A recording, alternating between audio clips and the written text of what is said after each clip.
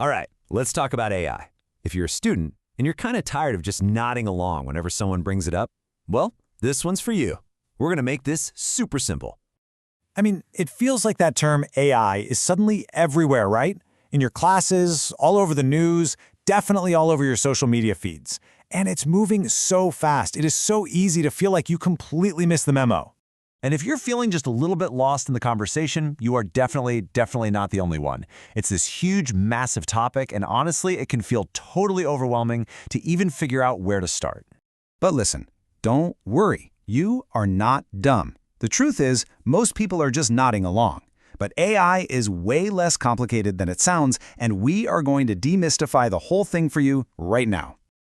Okay, let's just dive right in. We're going to break down exactly what AI is using plain English. No tech jargon, I promise. So what is it? Honestly, the best definition is sitting right there in the name. Artificial just means, man-made. And intelligence, that's just the ability to learn and solve problems. You put them together, and artificial intelligence is just about making machines that can do smart, human-like things. That's it. That's the entire concept.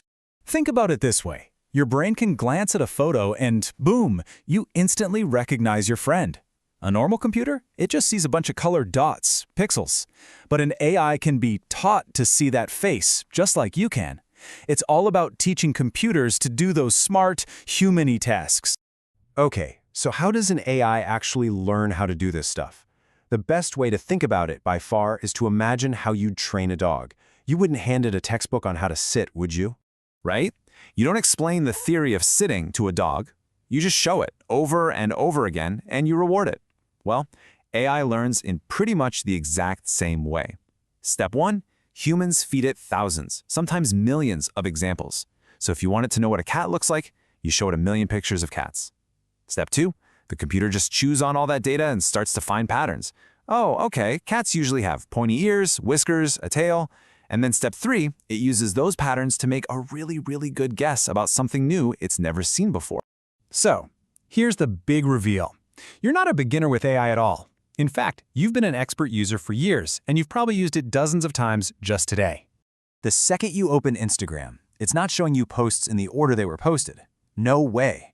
An AI has analyzed everything you've ever liked, everyone you follow, and it builds a feed that it thinks you will love. It's the exact same thing with your YouTube homepage. That's AI. And Netflix, that little "because you watched" row, that is pure AI. It's just looking at the patterns of what you watch, comparing it to what millions of other people watch, and then it makes a guess about what you'll want to binge next. It's just pattern matching on a massive scale. You know when Google Maps tells you there's a huge traffic jam up ahead and it found you a faster route? That's not magic. It's an AI analyzing anonymous location data from thousands of phones on the road to predict in real time where the traffic's going to be. And for every single student, this one is a big one. When you misspell a word and your phone just fixes it, or when Grammarly suggests a better way to phrase a sentence in your essay, that's AI. It learned what good writing looks like by reading and analyzing basically the entire internet. Okay, so we know what AI is, but it is just as important to understand what it is not. Because, let's be honest, the movies have given us some pretty wild ideas. Yeah, this is where we have to separate science fiction from reality. In the movies, AI has feelings and consciousness and evil plans. Real AI? It's just smart software. It doesn't want anything. And this is a big one. The AI that's great at picking your next song on Spotify has no idea how to drive a car. Each AI is trained for one super specific task. It isn't magic, it's just really complex math written by humans. And this might be the most important takeaway for any student using these new tools. An AI, like ChatGPT, can write you an essay that sounds absolutely brilliant, but it might be filled with completely made-up facts.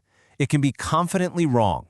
So the key is you have to always verify any important information you get from an AI. Okay, so now that you know what it is and what to watch out for, how can you actually use this stuff to your advantage, to actually help you as a student? Let's build out your playbook. The most important rule is to use AI to learn faster, not to avoid learning. So ask it to explain a really difficult concept from your class in simple words. Use it to check your grammar and writing style. The best thing you can do is just start experimenting with tools like ChatGPT. But always remember, it can be wrong, so you have to verify the facts. And, of course, know the difference between using AI to help you learn, which is smart, and using it to cheat, which is bad. Ultimately, it all just comes down to this. AI is a tool. Think of it like a superpowered calculator, but for words and ideas instead of numbers. It's an incredible tool to help you think and learn and create. It's here to enhance your intelligence, not replace it. And that's it.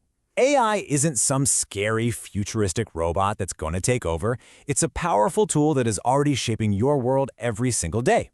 And now that you get the basics, you've probably heard all those other buzzwords, right? Like machine learning. Is that the same thing as AI? Well, we'll break that one down for you in our next explainer.